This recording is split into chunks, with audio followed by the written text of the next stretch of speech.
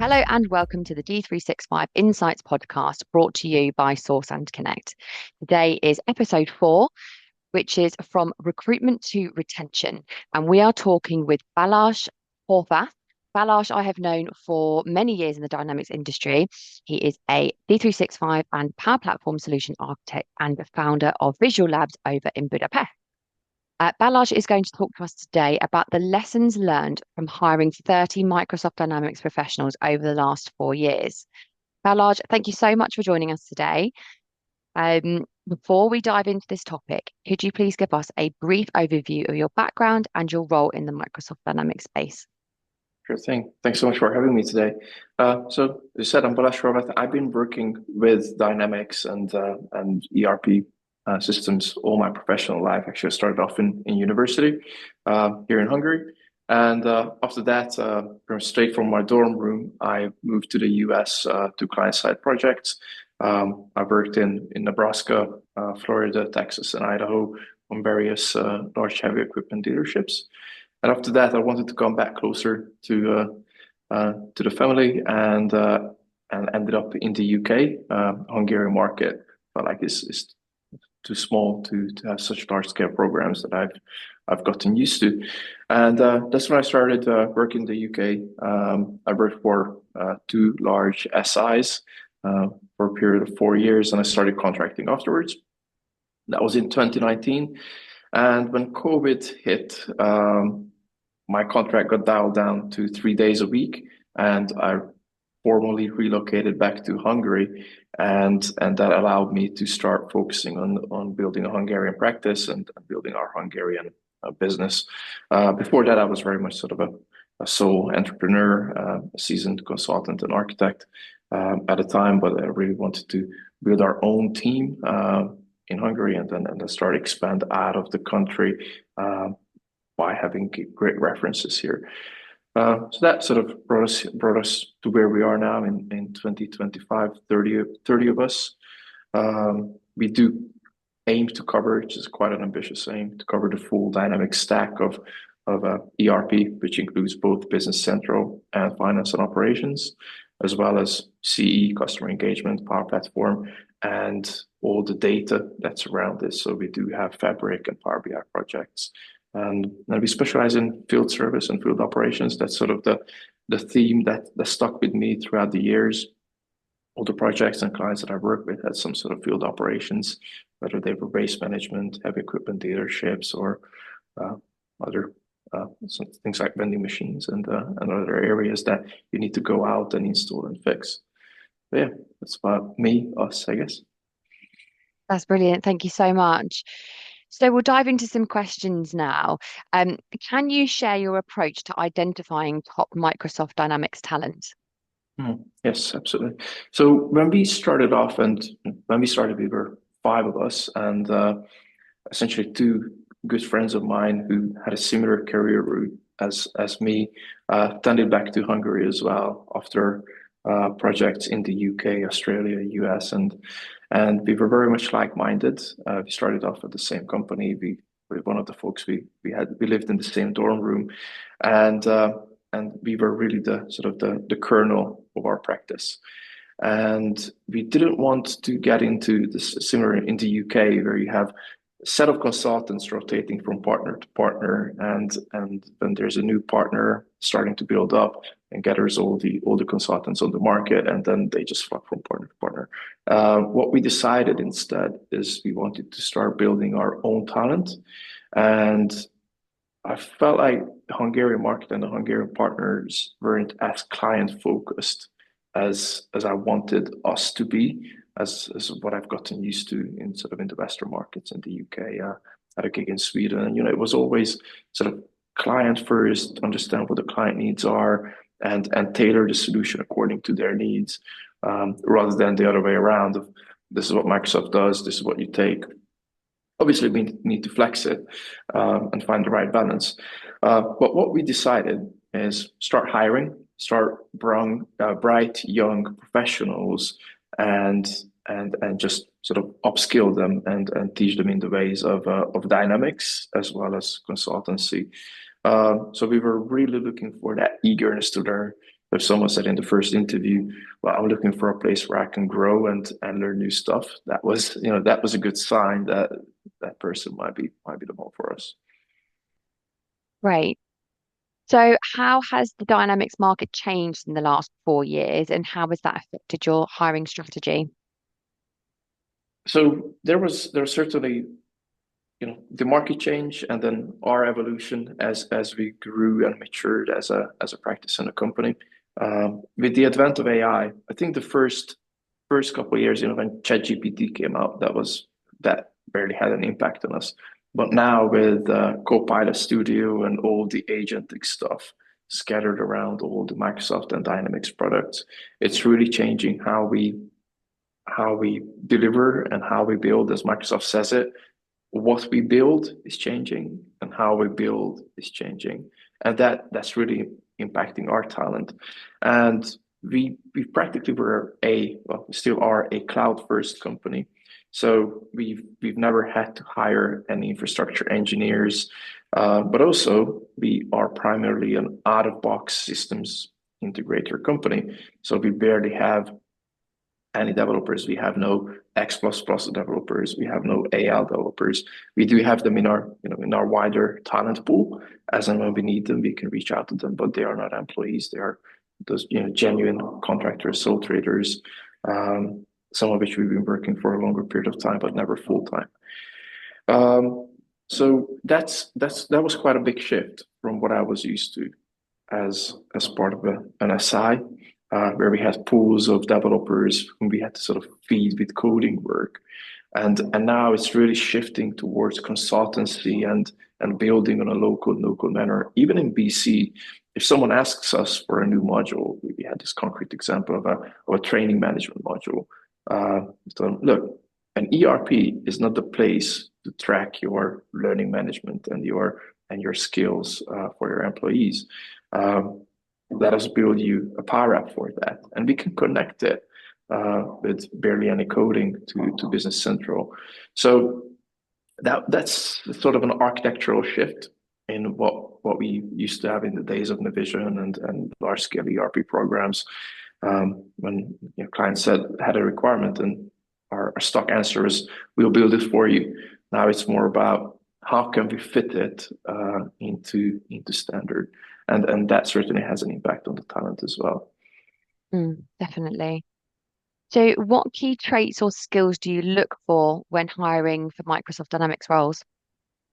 Right. So as I said, we're quite fixed on not hiring people for experience. We're hiring for skills and traits, and just with the shift that I mentioned already, interpersonal and consultancy skills sort of come before technical skill set.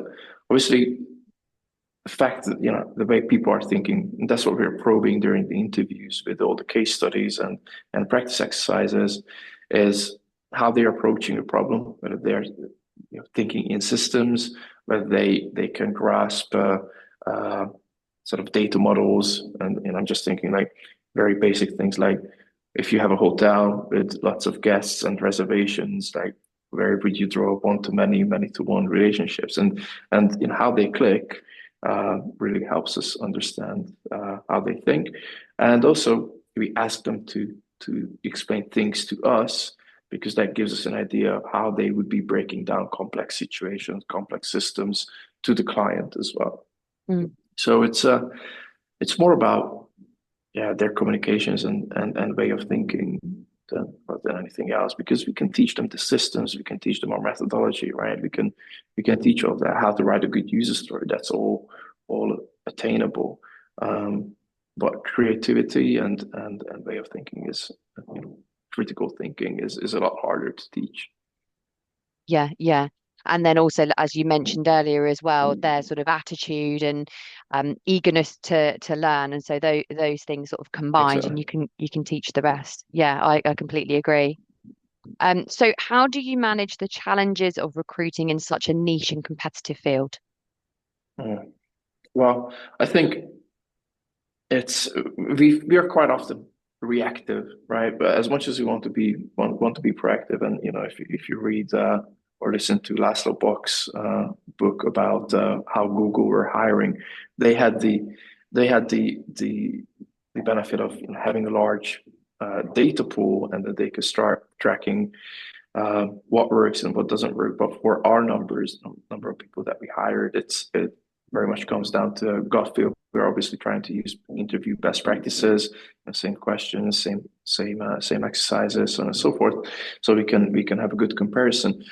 But what we do find is quite often it's a hit and miss, and the way we navigate around it is give them just the right amount of challenge during their probation period, in the first 3 months in Hungary, and have them push them through exams, and we do generally have our colleagues prepare for exams. That's a good sign of how they can learn and pass, and obviously we give them all the support that's needed, and we allow them to learn during regular working hours. It's not an expectation for them to spend their weekends preparing for exams. But it's yeah, it's something that we are constantly, I wouldn't say struggle with, but it's the nature of our business. Yeah, yeah, absolutely. I think that everybody could probably agree that those are the challenges that they find as well. So what tools and techniques have been instrumental in scaling your hiring process? So, at our scale, 30, 35 people, we do have a tool called WorkLeap, and they do have an onboarding module, which we just started implementing after our growth is sort of slowed down a little bit. So we've not been able to put it in anger to use, but it will be a great starter for 10 when we start hiring again. And the other thing that was a big game changer, it's little things like this, is a planner board where we had like stages of our recruitment process, and we all moved it, and we had a very clear definition of who owns which area and who's moving it forward. We've been working with several recruiters. We have an in-house coach who's doing a sort of profiling and personality tests and that sort of stuff. And we had to make it work like an engine, like a system, and we had to get it well oiled. So it was every person essentially has been going through essentially like five, six different people and staff to understand to have a good coverage. And that little planner board was what made it available for us. Yeah, excellent.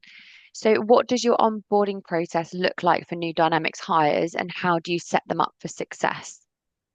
Yep. So I would just separate out our ERP and CE CRM hiring. The onboarding process is quite different. For ERP, you really need to understand the system and learn the basics, and the learning curve is a lot longer and steeper as well, because even Business Central or F&O is just such a complex system with so many parameters and accounting and so on and so forth. So if someone is not familiar with ERP, we do tend to give them that overall view of, right, this is what an ERP does, and the first couple of days, and this is where we need to be doing better to scale, because right now all the knowledge is passed down sort of word of mouth.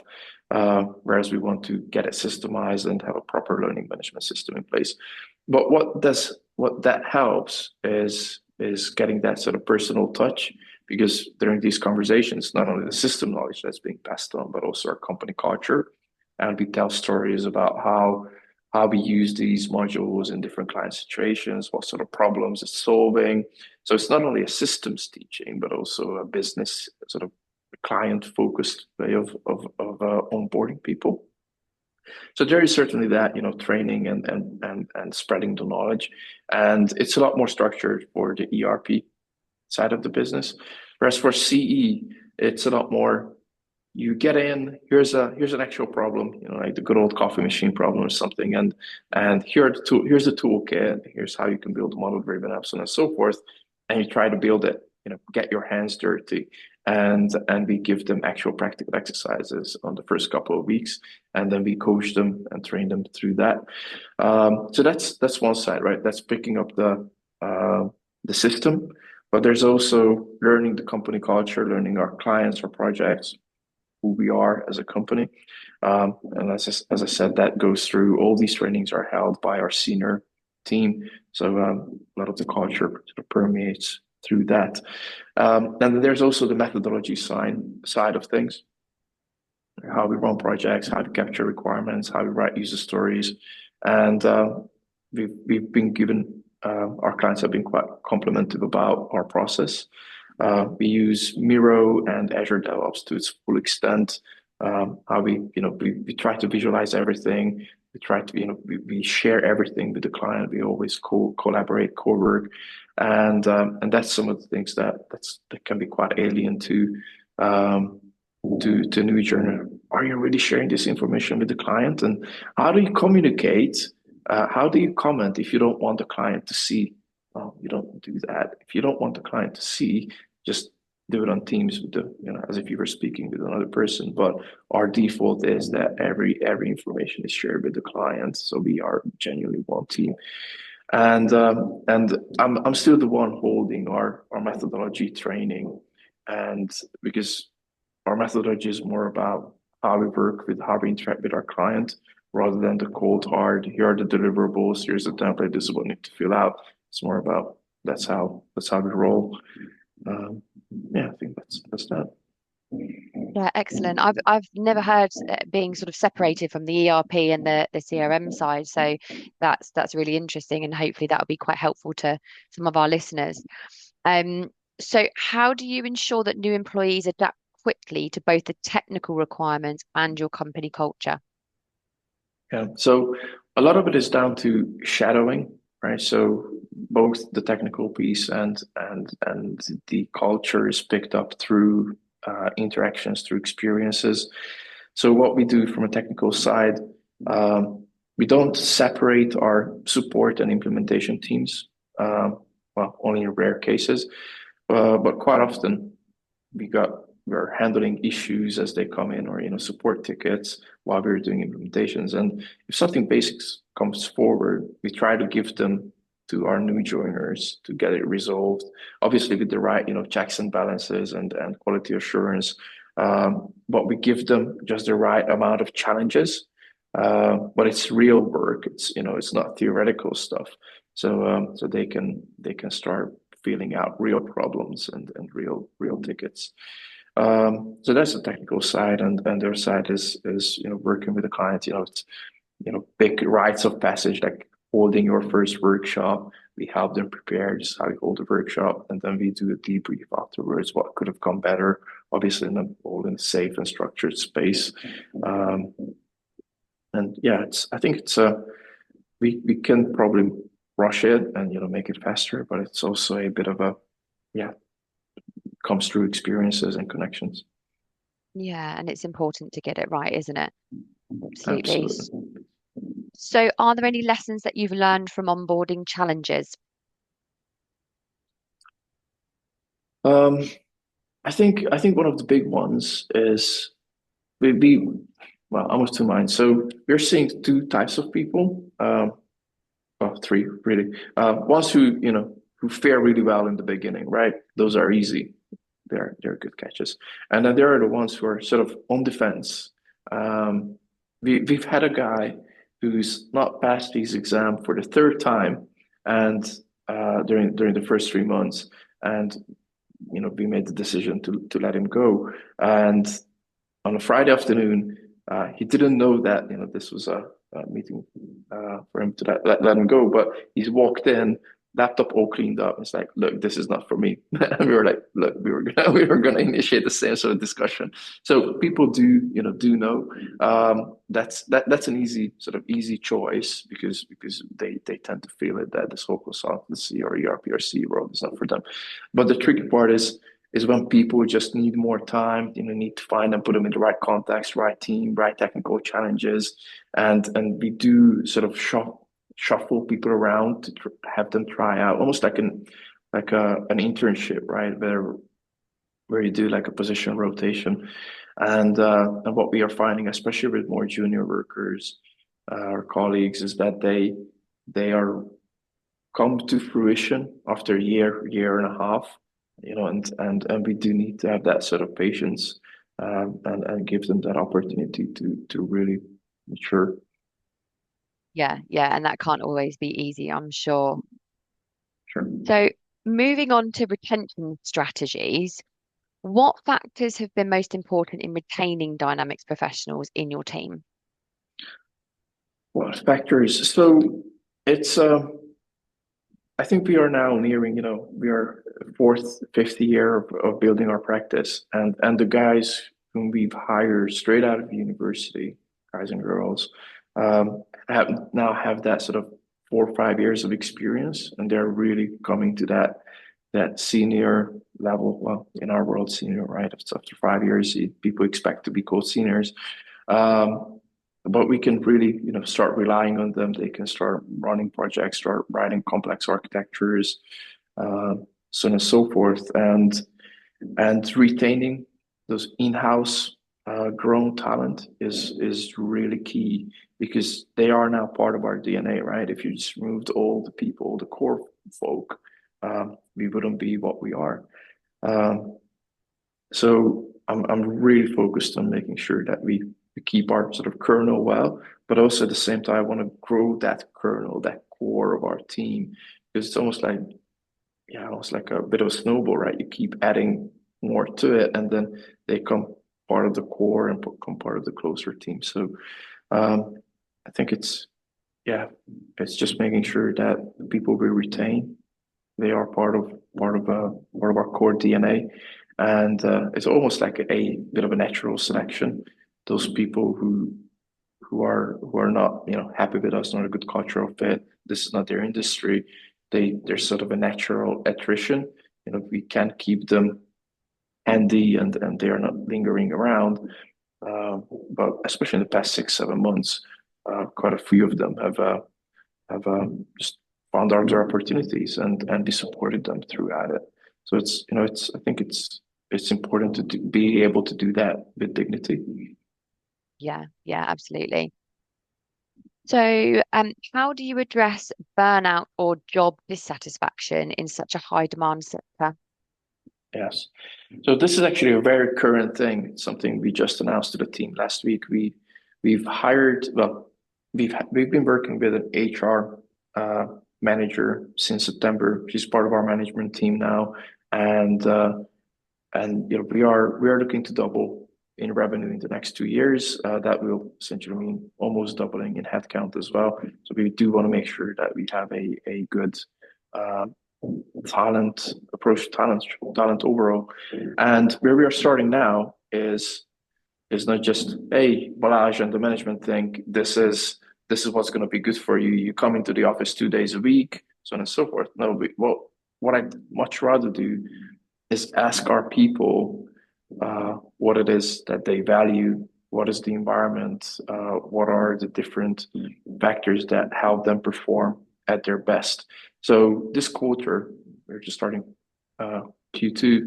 Our HR managers' big quarterly objective is to undertake this sort of employee well-being study, but not in the fact that I need a gym membership or a theater membership, or I want to be able to bike to work.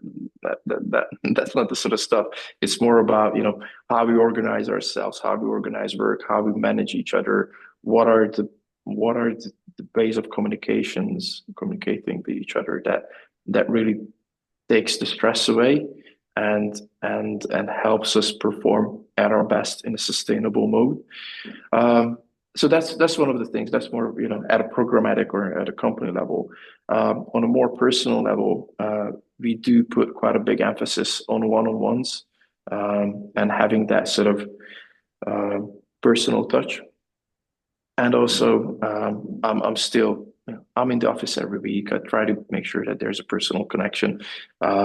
I do. So what we are sensing now is spring is starting, so colleagues are going out more and more often for a beer. I try to be there, and just build on those interpersonal relationships, because I think that genuinely helps against burnout if you have your team that you can sort of rely on and share your hardship with. So a lot of that is being there, and I think we must accept and address that being in the consultancy world is never going to be as well. It's always going to be more stressful than being on the client side. You're juggling multiple projects, multiple clients, you need to deliver on time, and keep the numbers good. So it can be a high pressure environment. So it's incumbent on us to create an ecosystem where it's manageable. Yeah, perfect. So do you offer specific training, certifications, or career progression opportunities to keep employees engaged?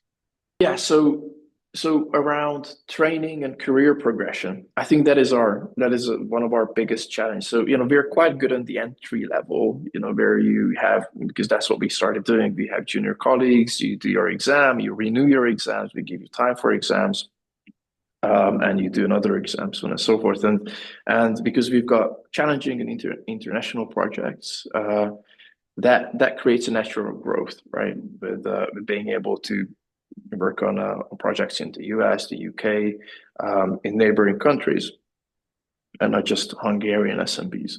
So that sort of fulfills some of those early growth appetites. But then the challenge comes when you start nearing this 3-5 year sort of meteor senior level. Okay, like where do I go now? And people start thinking about their long-term career. Like, can I see myself in this company in 5 years' time? It's like, well, we've gone from 5 to 30 in 5 years, and this is now org structure now. Where are we going to grow in 5 years, and where am I going to be in that sort of solidifying org structure? And this is where talent development and hence the reason of bringing in a dedicated HR manager for only 25 consultants is to be able to draw out that career growth path. And we started differentiating now in the technical career, where you grow into sort of an architect or more of a project manager career. But I'd like to have balanced people that can sort of do architecture, but be able to do project management. I'm not asking any of them to do both, because it's just not necessarily right. But you do need to have the sort of skill set and the appreciation of that trade. So yeah, that whole growth path is certainly a challenge, and it's sort of ahead of us. We've so far been pretty good at it. Brilliant. So have you ever struggled with staff turnover? And if so, how have you addressed this? I think it's fair to say that we've been pretty lucky that anybody we wanted to keep, we could keep, maybe with one or two exceptions. But for them, it was about not necessarily the company. Like those two chaps that have left, they were changing industries, and they wanted to try something else. This was their first job, and they wanted to work for international companies and big, large organizations, and infrastructure related things. And it's like, look, we're not going to be an infrastructure company, or we're not going to be an international development center with 500 engineers. So, we sort of, and this was, about being able to have an honest discussion with our colleagues, and as and when, if they want, they can come back. So we've had two colleagues who left, one for university, one for moving abroad, and they're now returning to us because they love being here. So we've been quite lucky in that sense. Great. So moving on to some sort of lessons learned. Sure. What's the biggest mistake you made early in your hiring journey, and what did you learn from it? Early on, I think early on, we've been a lot more focused on the technicalities and the technical aspects. And I realized, like, I can't really justify asking a question from a junior straight out of university of what's the difference between an agile and a hybrid methodology or a waterfall methodology, and what are the benefits of both, because it doesn't doesn't mean much for them, and it doesn't give me enough insight into how they think. It's a very lexical thing to do. Mm. It's more about getting to know the person, and also it was about standardizing the interview process. So every person goes through the same sort of experience, because then we can see how they react and how they act in every situation, and that gives us a bit of a baseline and the opportunity to compare people. And for instance, we do have the same one sentence case study, whether someone's a project manager with 15 years of experience or a undergraduate engineer. We give them the exact same thing and bring your best solution. And obviously a project manager will tackle it as a project management problem, right? And they'll give us a project management case study and presentation. An engineer will give us a very technical presentation, but it helps us understand, where they are on that spectrum and maturity and how they think and being able to compare things. And we've genuinely had really junior colleagues with no IT experience at all, who you could just see they put in a lot of legwork and sort of understood the whole industry, or did their best to understand the whole industry, and then created a really good presentation. Whereas some other guys with 15, 20 years of experience sort of, oh, that's easy, and came up with a very basic presentation. And we started, probing here and there as per their expectations. They really didn't perform. So yeah, I think that was a massive lesson learned. Focus on people's way of thinking and try to standardize it. Yeah, absolutely. So can you share a success story about hiring someone who exceeded your expectations? Yes. So there was this lady whom we hired as an intern. We barely hired as an intern, and I think most people didn't realize that she was hired on sort of at a fixed term 3 month basis. Everybody's saying, "Oh, that's just her probation period." Um, but then she stuck around. She did her exams, and then she started sort of, as she was getting comfortable with the position and the situation and the whole industry. And mind you, she had biology and logics degrees. So definitely nothing technical or business related.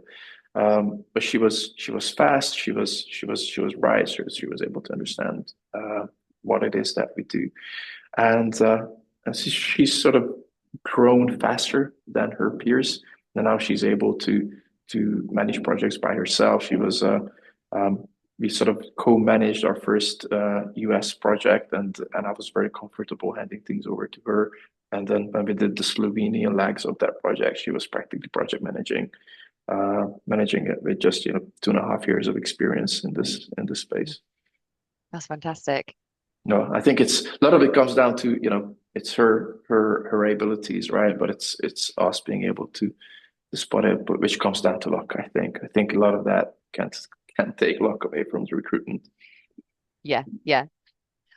So what advice would you give to businesses looking to scale their Microsoft Dynamics teams?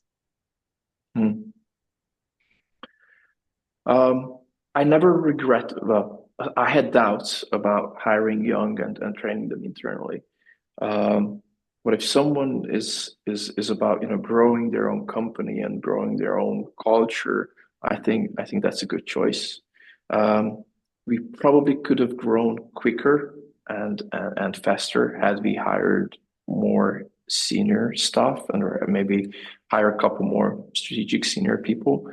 Um, but that's not a regret. It's more of recognition. This is the path that we chose to grow our talent, because that way we can really build our own company.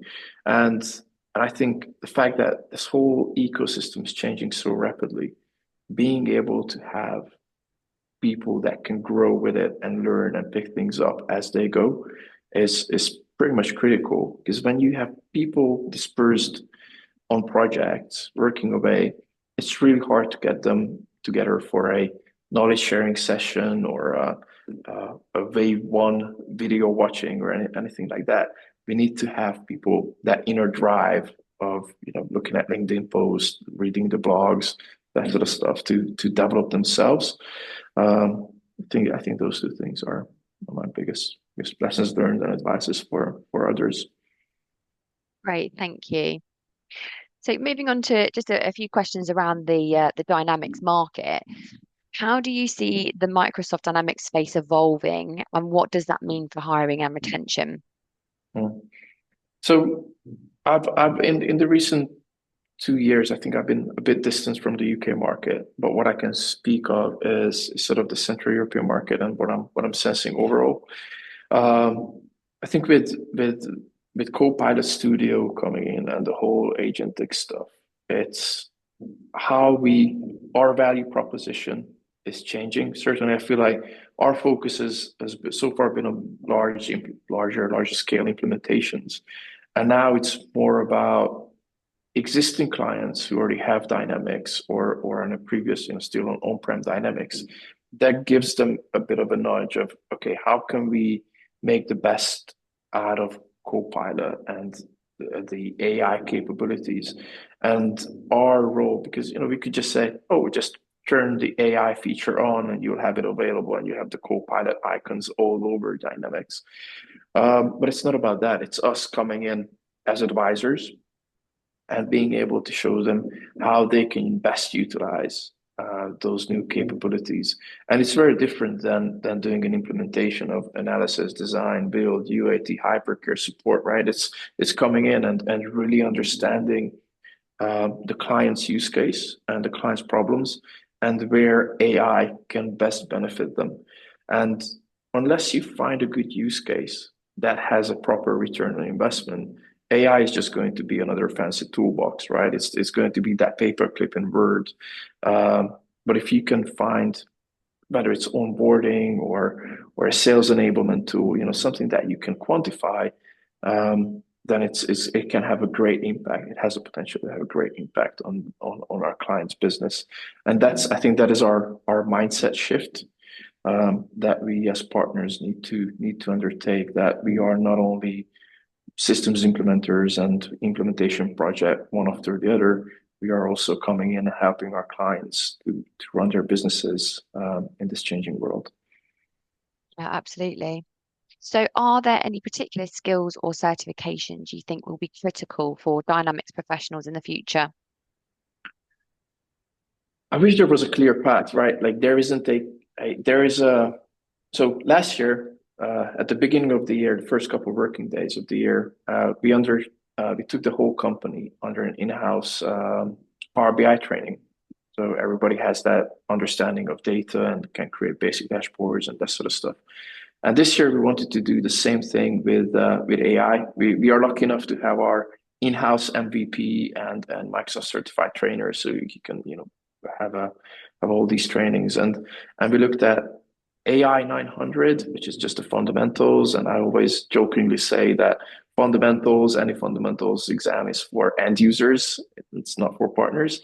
So we don't do those, but it's certain expectation to know everything in it. And then we started looking at, I think it was AI 400, was it? Which talks about AI Foundry and the more technical stuff. So I feel like we are missing that middle examination or certification of like Copilot Studio. And partly, I'm sure a lot of that goes down to it's evolving so much that the exam questions may not be able to keep up with it.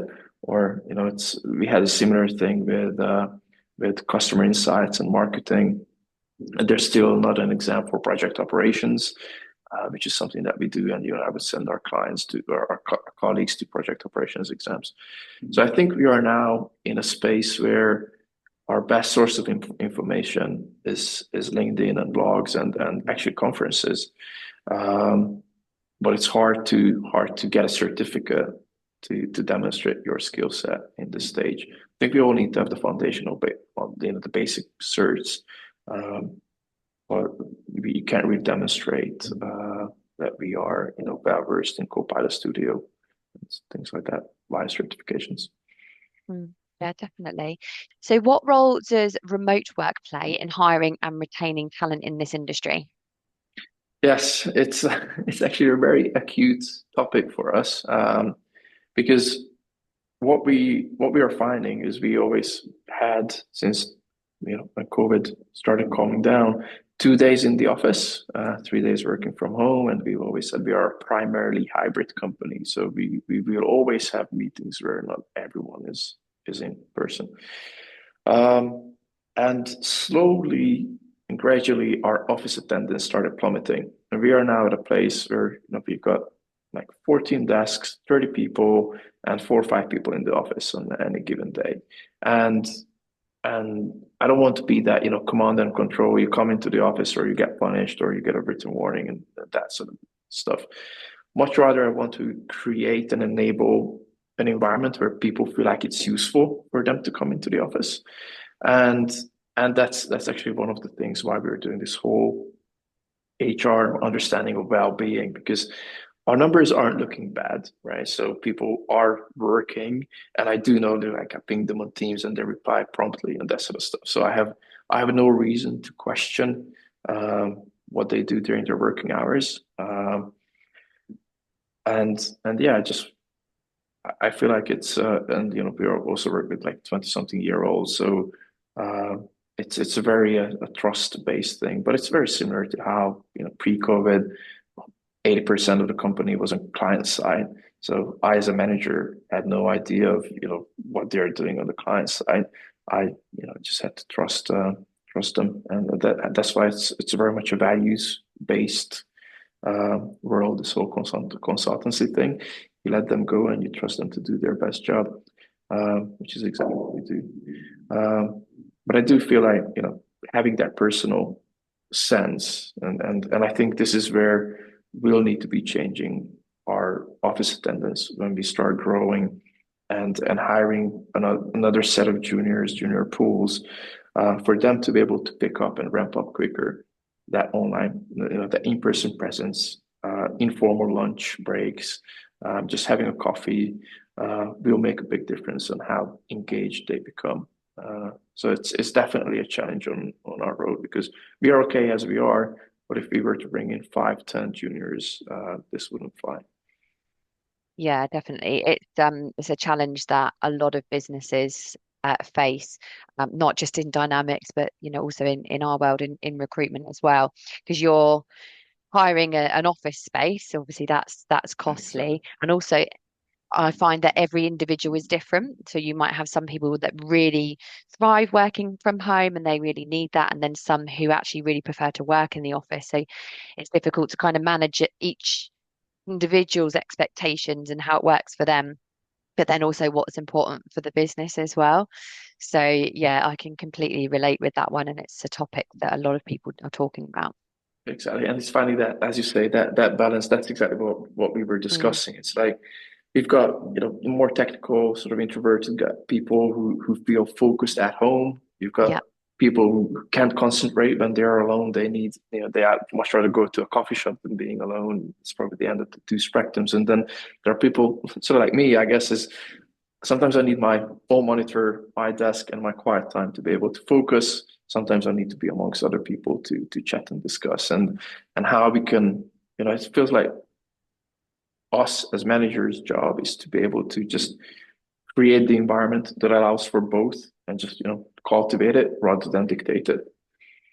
yeah, it's definitely a tough one. I always find that when you get together with a team face to face, it's just a bit more of a different energy, and ideas tend to flow a little bit better than on a Teams call. So yeah, it's just trying to manage that Mm. balance. I haven't found the answer from anybody yet whenever I've asked the question. If you So do, let me know. I'm so open to this. It's one of those things that like I start thinking about. I'm driving into work. It's like how can we bring more people on? yeah, yeah. I think having the flexibility there is important to a lot of people. From my side of the fence, speaking to candidates regularly, all day, every day, having the flexibility to be able to work from home is really important now. So that's my little bit of Mm. advice I can share. So moving on to just the last couple of questions. So what Mm. advice would you give to dynamics professionals looking to build a long-term career in this space? Mm.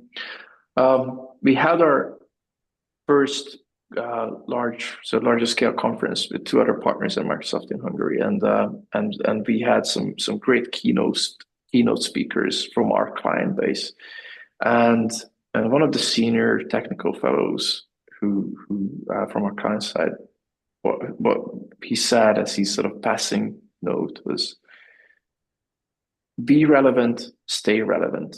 I think that stands for partners, stands for professionals, and also for our whole industry, right? It's quite easy to think that partners won't be needed because you just turn on Copilot and they will build apps for you and they will ask you a bunch of questions and configure a general ledger for you. It's a bit of a far stretch, but you can now just look at Microsoft's Power Platform plans, how you can, from one sentence, you can deploy several apps, and it's quite impressive. But we need to be, at the edge of all of that and in the driving seat to help our partners, our client base, make the best use of that technology. And I think that is how we can stay relevant, is that we no longer just implement systems, we help them become better businesses overall. Like, so if you could summarize your recruitment and retention philosophy in one sentence, what would it be? I haven't got this pre-written, so I will now think about it. Look, I think having come and having grown up as in my professional career as a consultant, I have a pretty good understanding of how it feels to be treated well as a consultant and a professional, and I think it's really important that we treat our colleagues, our employees fairly, and understand that this is a stressful job, and we are navigating in quite a hectic environment, both from all what's happening in the world and what's happening in our industry. So just I think fair and humane treatment is probably the key to retention and recruitment. That's probably my one-liner. Lovely. Thank you. Well, thank you so much, Balazs, for coming onto the podcast and sharing that with us, and a really honest approach as well. You've said what, the challenges are, as well as the things that have gone well. And I hope the listeners will get a lot from that, as did I. Absolutely. So Yeah, I'm happy thank you. to, and hope it was helpful, valuable. And if you wanted to just ping me on LinkedIn, I'm available. Great, thank you. And so, to the listeners, that's the end of episode 4. Thank you so much for tuning in. If you're not already following us, you can catch us on both Spotify and YouTube, and you can also follow myself, Sarah Moody, at Source and Connect on LinkedIn. And thanks again, Balazs. Likewise, thank you for having me. Take care, everyone.